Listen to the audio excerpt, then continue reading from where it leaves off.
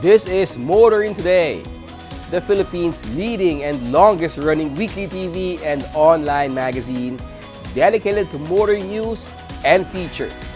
I'm Wee Gamboa. And I'm Tin Gamboa. Here's a sneak peek at this week's exciting features. On Motoring Forum, we shall talk about vehicle volume challenges. Our road safety reminder of the Young Street Smarts portion centers on what to do when one encounters a double solid yellow line. This week's Bike Chaper shall be about wearing a proper uniform of PUV drivers. Showcase this week shall have a compact crossover SUV from Jetour, the T1 Lightning IDM. While for race weekend, we shall have the highlights of the 2025 Philippine Rallycross Series Round 5 and 6.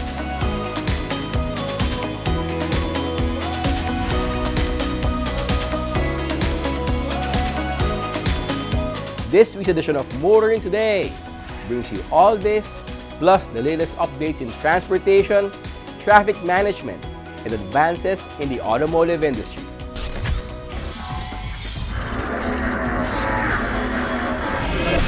Bagong araw, bagong tama raw. Panalo ka sa forma, pangmalakasan pa ang karga. Makabagong sasakyan para sa bagong henerasyon. Tuloy-tuloy ang asenso. Tuloy-tuloy ang maasahang serbisyo. Ano man ang trip mo, iba't iba man ang pangarap, sagot ka ng Toyota. Next generation Toyota tama raw. Abante, posible!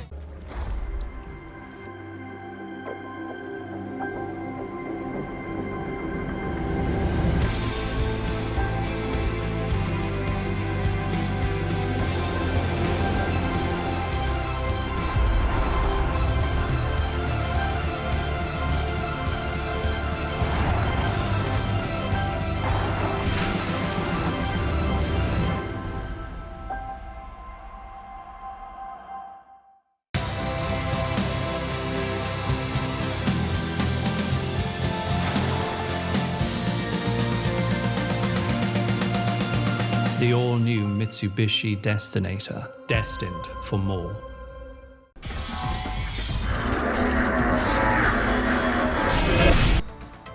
Welcome back to Motoring Today.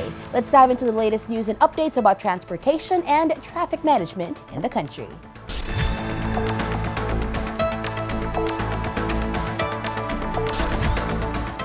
Brand new car owners are about to get a lot more time away from the LTO. A major policy shift is coming this month that extends the initial honeymoon phase of vehicle registration, aimed at cutting down red tape and make new car buys hassle-free. The DOTR has announced that President Ferdinand Marcos Jr. has approved the extension of new vehicle registration validity from 3 years to 5 years. Targeted to take effect as early as February 15, 2026, the policy covers brand new cars processed through authorized dealers, as well as motorcycles with displacements of 200cc and higher. DOTR Secretary Banoy Lopez says the move is designed to make ownership hassle-free by eliminating the need for frequent early renewals, which often lead to long lines and opportunities for corruption.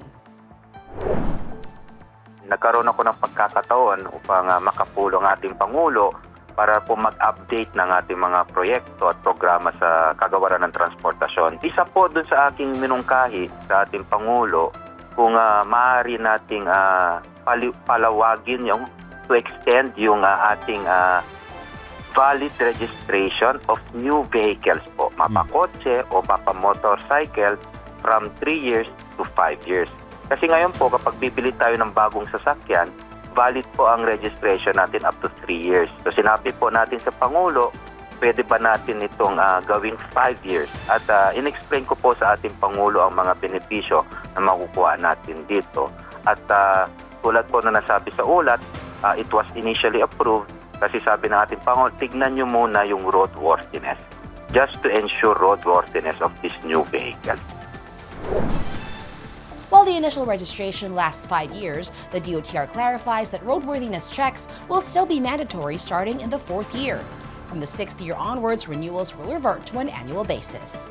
However, the Automobile Association of the Philippines has expressed opposition, warning that a longer registration period could lead to a backlog of unpaid fines under the no-contact apprehension policy, which tags the vehicle rather than the driver.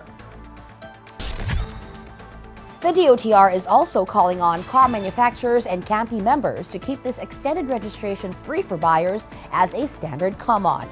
For now, new car buyers can look forward to a more convenient ride through the registry system.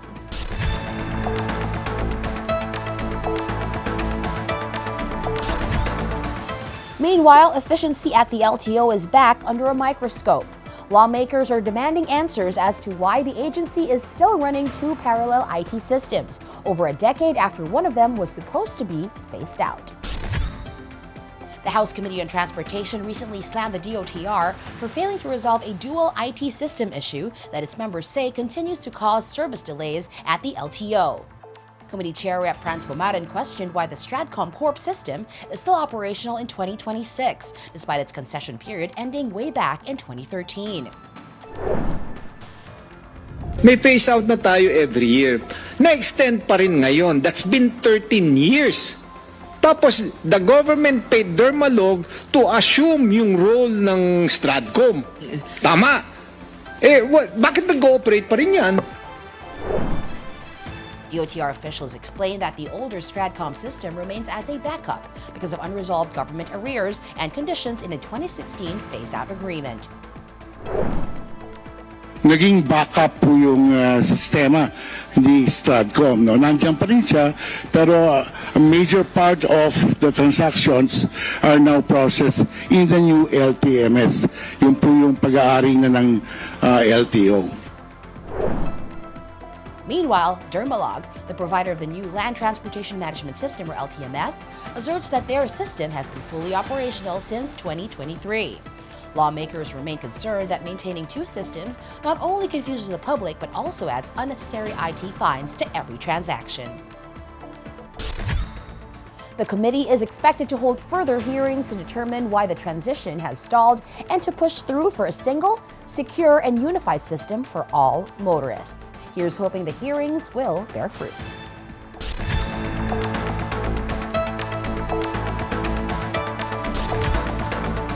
Continuing, if you receive a text message claiming you have an unpaid traffic fine that needs to be settled in 24 hours, take a second look. The MMDA is warning motorists of a new wave of digital highway robbery.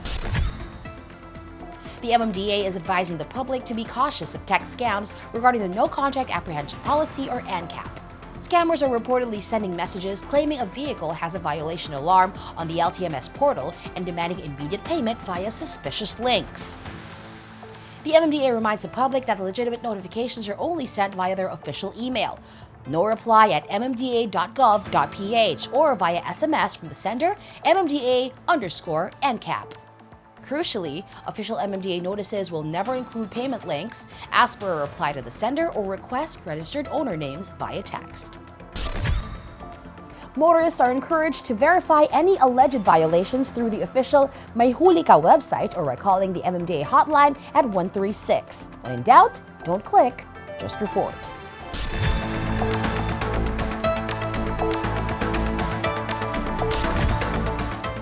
And finally, it's been weeks since the LTO began strictly enforcing the ban on light electric vehicles along Metro Manila's major arteries. While officials are reporting smoother traffic, critics are asking if the policy is actually making streets safer or just pushing the danger elsewhere. The LTO is framing the ban on e-bikes and e-trikes along major roads like EDSA, C5, and Ross Boulevard as a success for traffic order. According to the agency, apprehensions dropped from over 100 on the first day to fewer than 50 by the end of the first week, signaling improved compliance. The LTO's primary justification is speed mismatch, arguing that slow-moving light EVs create collision risks when mixed with faster car traffic. Sa mga motorista po, paulit-ulit po tayo. Simple lang naman po yung mga daan na kung saan po pinagbabawal, which is yung EDSA, C5 Road, Ross Boulevard, Quirino Avenue to Magallanes, South Luzon Expressway.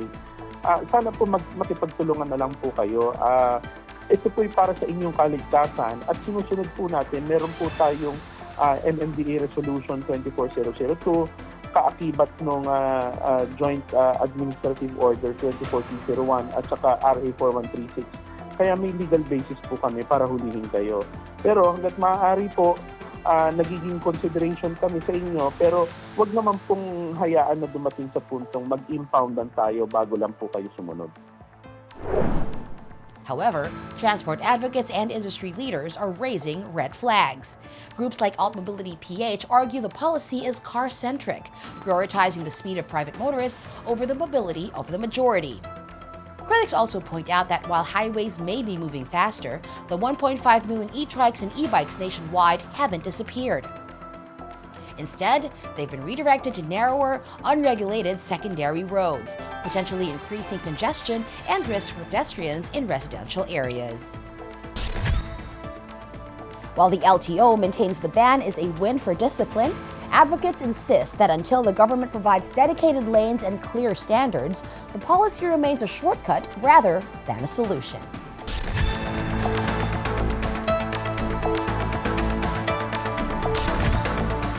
The latest developments in transportation and traffic management are certainly significant. Up next, Motoring Forum takes a deeper look into one noteworthy issue that should affect motorists and motorists.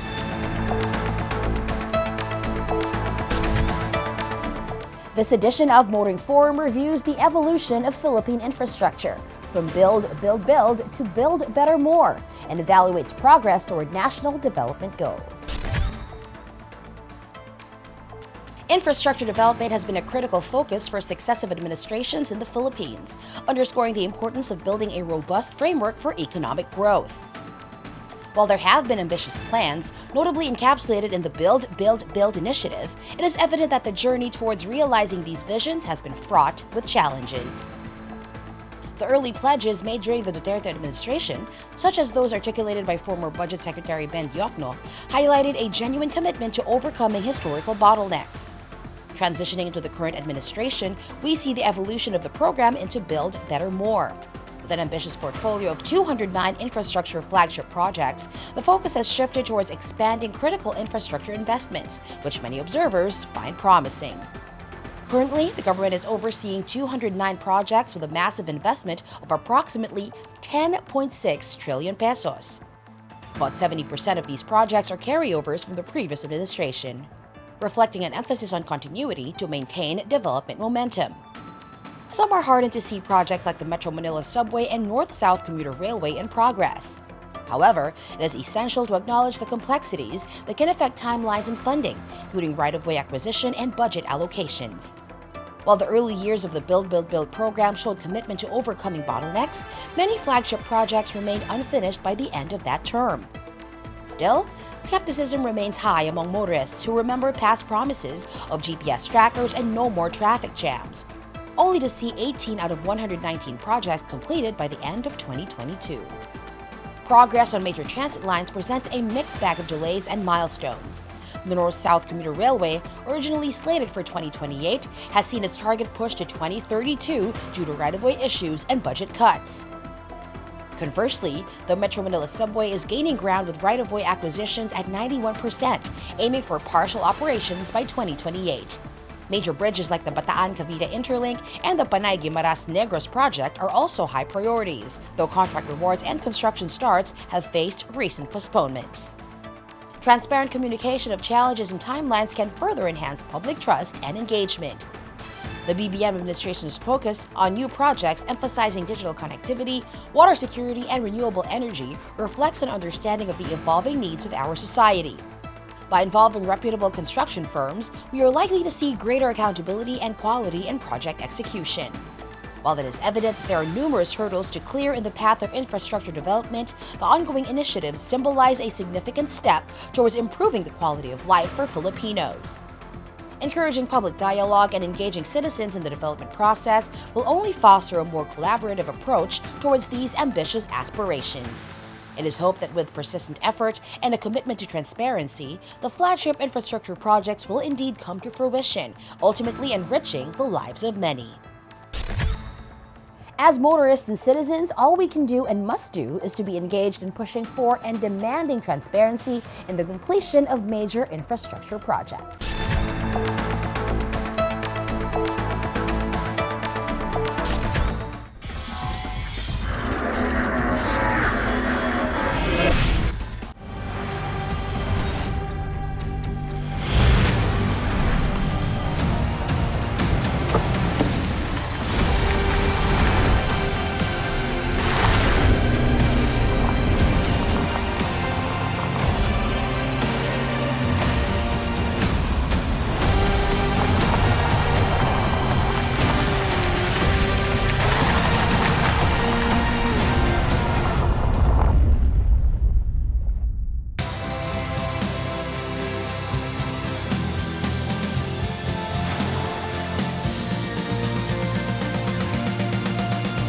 The all-new Mitsubishi Destinator, destined for more.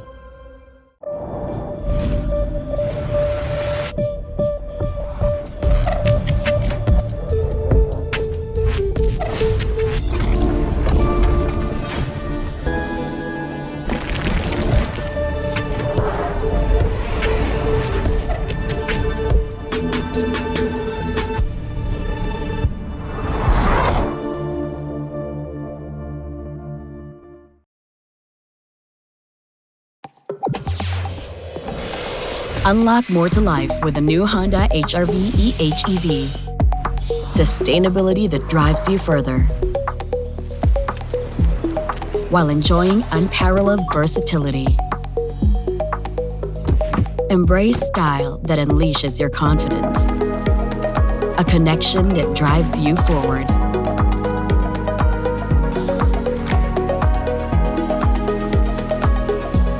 And always feel safe and in control. Go further and arrive in style with the new Honda HR-V e-HEV. There's more to life.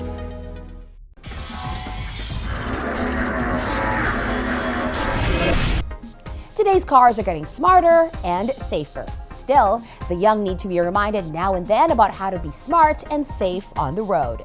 Here's our Young Street Smart segment with a road safety reminder from Toyota Motor Philippines.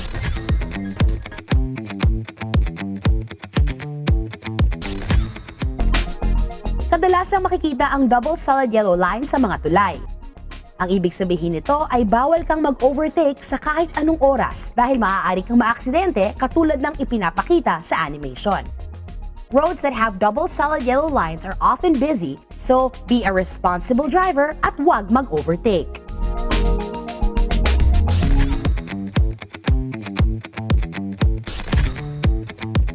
Motoring these days can be stressful. Here's another Payong Tsuper that will help you avoid stress out on the road.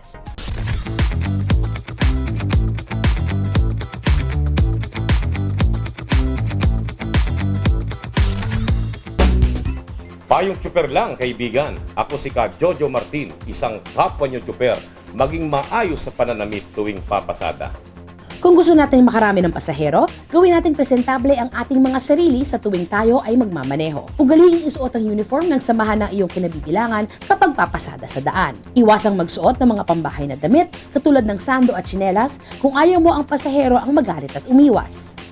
Tandaan, kapag maayos ang kasuotan, pasahero ay iyong kaibigan. Ito po si Jojo Martin, Payong Tsuper lang, kaibigan, mula sa isang kapwa nyo tsuper.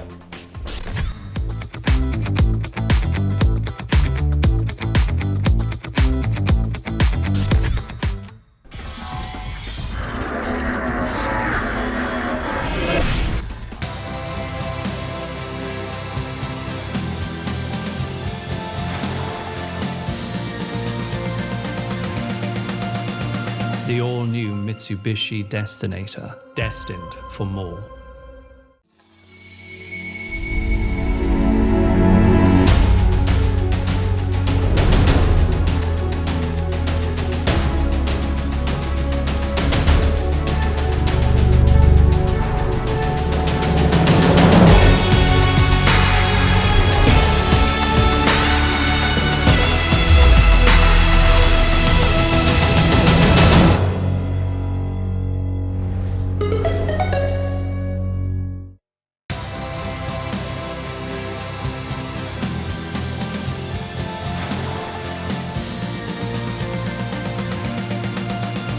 The all-new Mitsubishi Destinator, destined for more.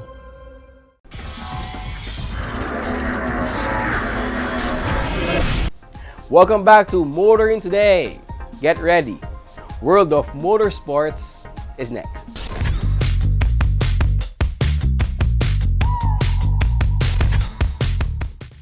In motorsports news, the tandem of Ralph Ramento and Don Miguel dominated round 4 of the Philippine National Rally Championship that took place at the Arden Botanical Garden Estate in Cavite. Driving car number 15 in the open class, the duo showcased remarkable consistency across all 8 special stages. After finishing leg 1 with a time of 16 minutes and 13 seconds, they maintained their pace in leg 2 to post an overall winning time of 32:34, securing the overall first place spot on the podium. Closely following in second place were Luis Camacho and John Ray Sandiego in car number 1. Despite a blistering leg 2 time of 16:11 beating Ramento's second leg effort, they fell just short of the overall lead with a total time of 32:40, a mere 6 seconds behind the winners. Rounding out the top 3 were Paul Santos and DJ De Guzman in the Group 2 category, finishing with an overall time of 33:63. Competition was just as fierce throughout the mid-pack. Ricky Montelibano and Alex Gonzalez took 4th place overall, leading the Group 4 category. Christian Ramento and Jazz Sintek secured 5th place at the top spot in Group 3. The teams of June Magno, Calvin Sumagi, and Damian Enzo Pastor and Kim Fajardo were unable to complete the rally, recording DNFs or did not finish during Leg 2. Meanwhile, Easy Ligaya and Stephen Alunan managed to recover from a DNF in Leg 1 to complete the second leg with a respectable time of 19:45, though they remained unranked in the overall standings.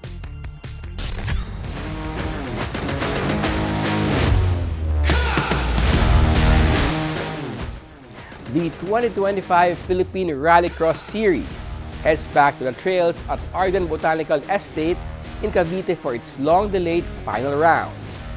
Weather setbacks turned this into a crucial doubleheader for legs 5 and 6, setting up a tight championship showdown between seasoned contenders and rising challengers.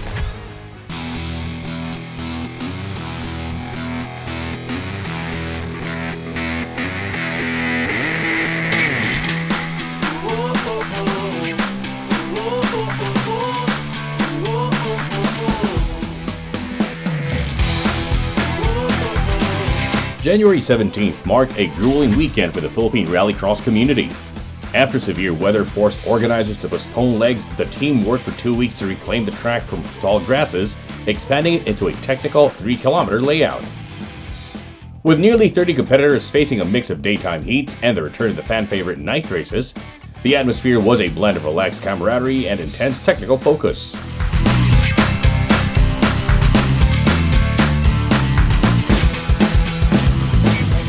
So we kind of move forward to 2026 that we didn't get to finish our season. No?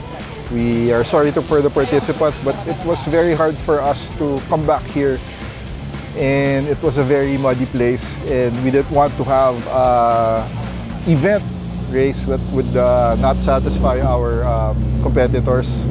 No? But as you can see today, we're all well dried. No?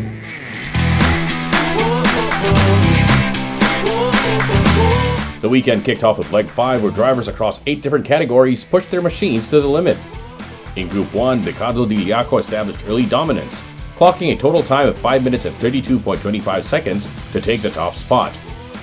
Diliaco's streak continued into Group 2, but Luis Camacho flipped the script in Group 3, taking the win with a blistering 5 minutes 24.20 seconds. After successive P3 finishes, PB Mendiola finally broke through the top step in Group 4. In the high-powered open class, Paul Santos displayed masterclass precision with a winning time of 5 minutes 24.84 seconds. Meanwhile, the pickup class saw Luis Camacho pilot his Isuzu D-Max to victory over Adrian De Leon.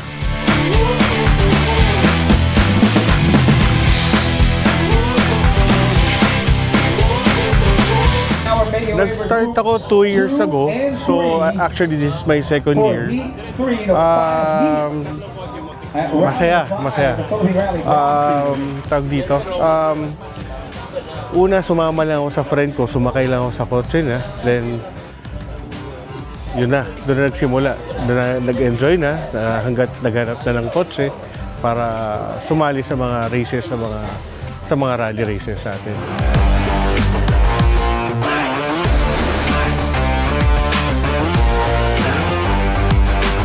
As Leg 6 began, the dry conditions presented a new challenge: deep ruts and dust. The Arden track required a more technical and cautious driving strategy as the corners began to wear down. Ralph Ramento, chasing points in classes 2, 3, and novice, noted that the ruts and bumps made this round far more challenging than previous legs.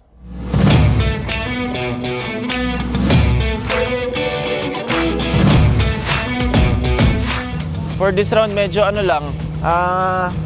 mas maingat lang Kasi yun nga, katulad na sabi ko, may mga bumps and may mga butas na yung corners. So yun, medyo mas naging technical siya than yung mga rounds before. Pero yun lang, ingat, and then medyo technical with the corners and straights.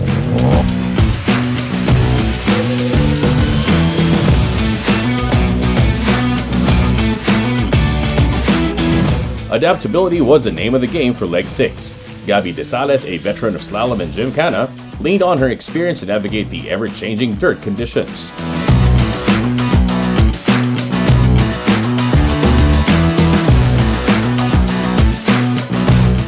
Over my 10 years of experience racing across different disciplines, I think what helped me most is my ability to adapt in different circumstances, especially for rallycross rather. Every run is different, the conditions change.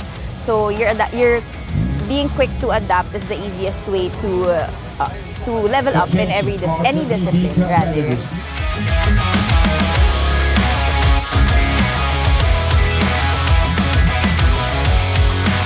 Leg 6 saw Ricardo Di Giaco return to form, sweeping groups 1 through 4.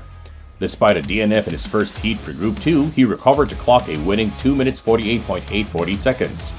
DJ de Guzman continued his streak in AWD and UV classes, while Louis Camacho secured the pickup class win. As the night heats approached, safety remained paramount. Dr. JP Polentan emphasized that in this sport, the learning never stops.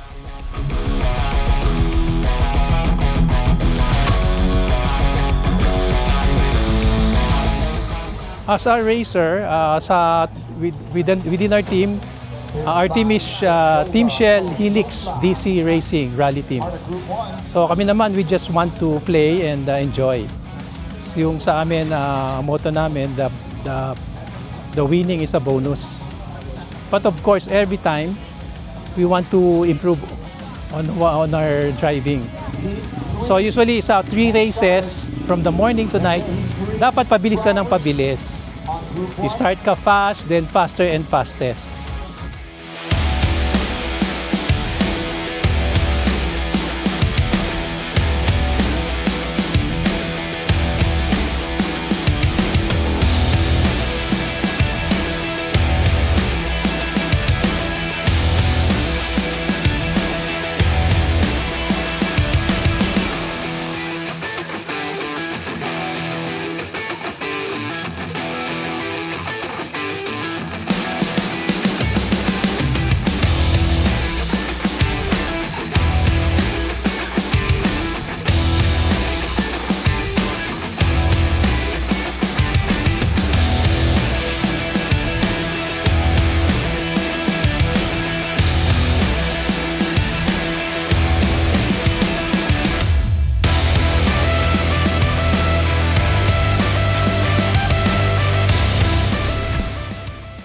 With titles on the line and momentum up for grabs, the battle for supremacy on the dirt is far from over, and race weekend will be there for every slide and sprint.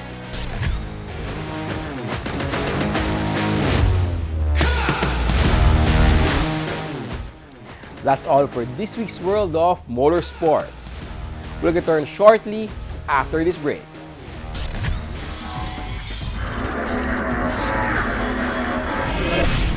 Bagong araw, bagong tama raw. Panalo ka sa forma, pangmalakasan pa ang karga. Makabagong sasakyan para sa bagong henerasyon. Tuloy-tuloy ang asenso. Tuloy-tuloy ang maaasahang serbisyo. Ano man ang trip mo, iba't iba man ang pangarap, sagot ka ng Toyota. Next generation Toyota Tamaraw. Abante, posible!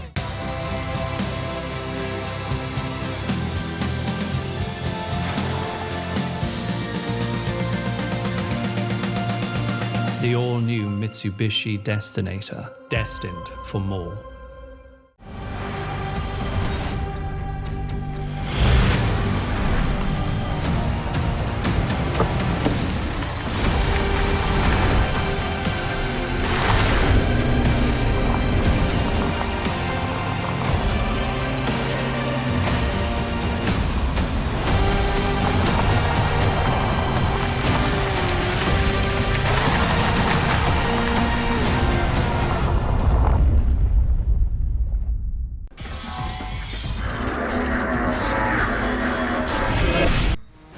Our featured car of the week will be presented next on Showcase.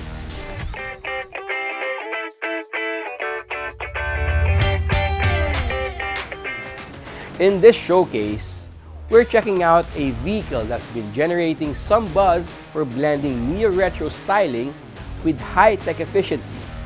This is the all-new Jetour T1 IDM, also known as the Lightning. It's the latest plug-in hybrid SUV design for what Jetour calls endless possibilities.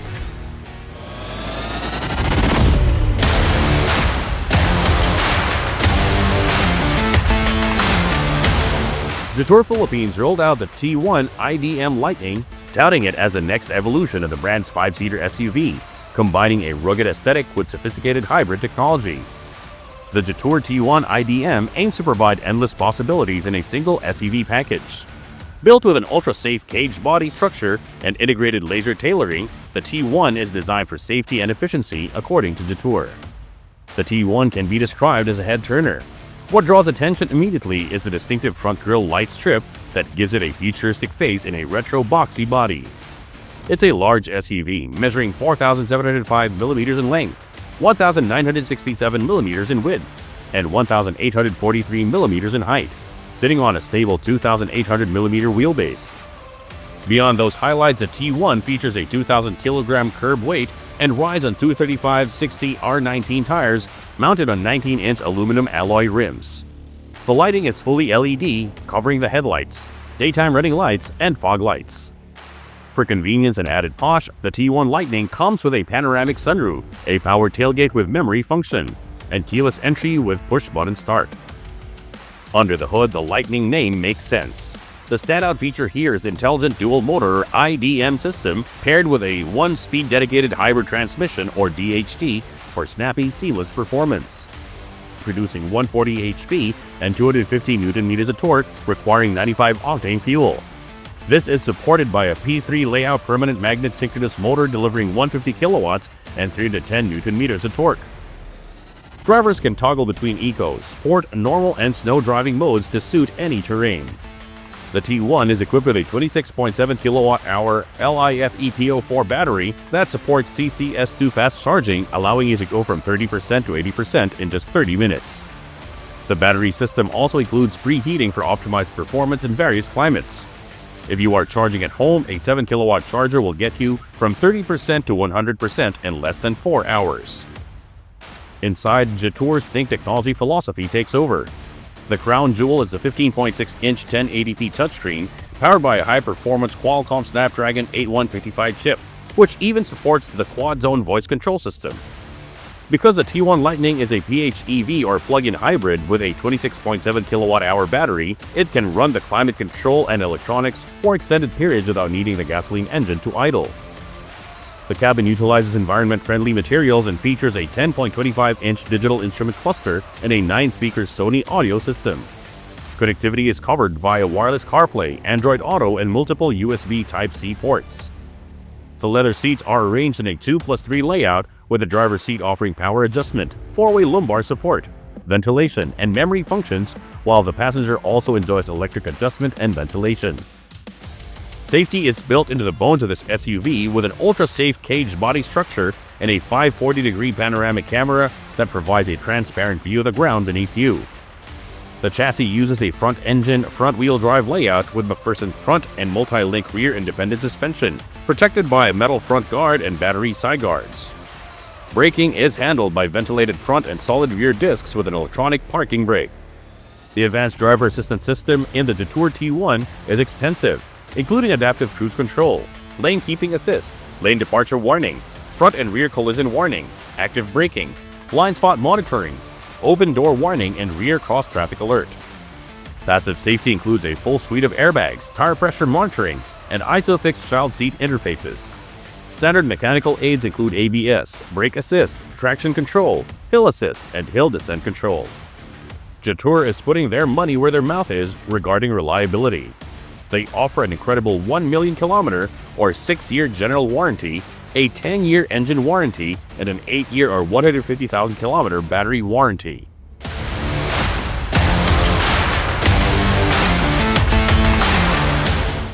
The Jetour T1 IDM Lightning is a serious contender for anyone looking to move into hybrid space without compromising on tech, safety, or style.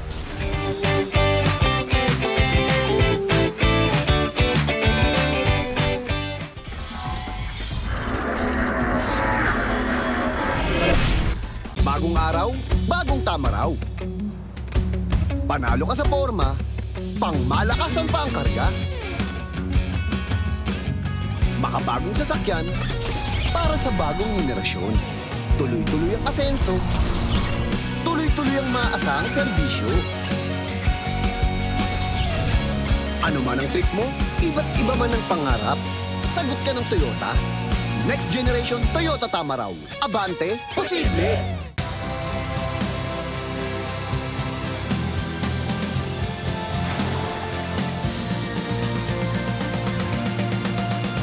The all-new Mitsubishi Destinator, destined for more.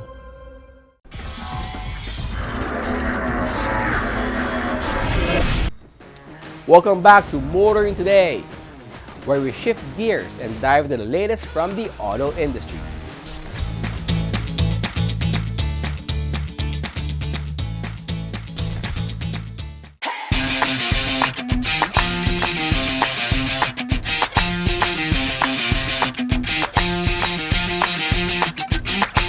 VinFast is out to take a chunk of the compact 7-seater MPV market with its latest all-electric offering, the 2026 Limo Green. Aimed at both fleet buyers and private families, the Limo Green measures 4,740 millimeters long with a generous 2,840 millimeter wheelbase, providing a spacious 2+3+2 seating layout.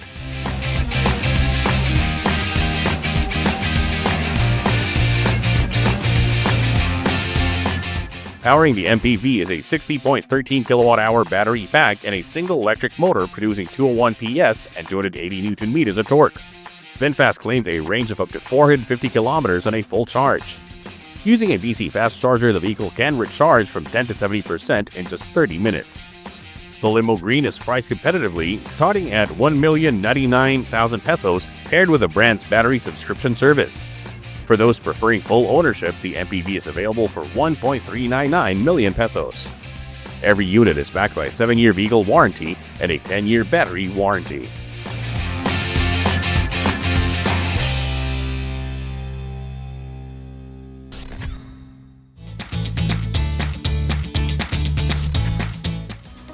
And that's it for this week on Motoring Today. Thank you for joining us. Also, please make sure to visit our website and follow us on social media for the latest updates in motoring. Until next week here on Motoring Today, now on its 39th year, serving the motoring public with a steadfast commitment to road safety. In honor of our dad, Butch Gamboa, I'm Wee Gamboa. And I'm Tin Gamboa. Happy motoring.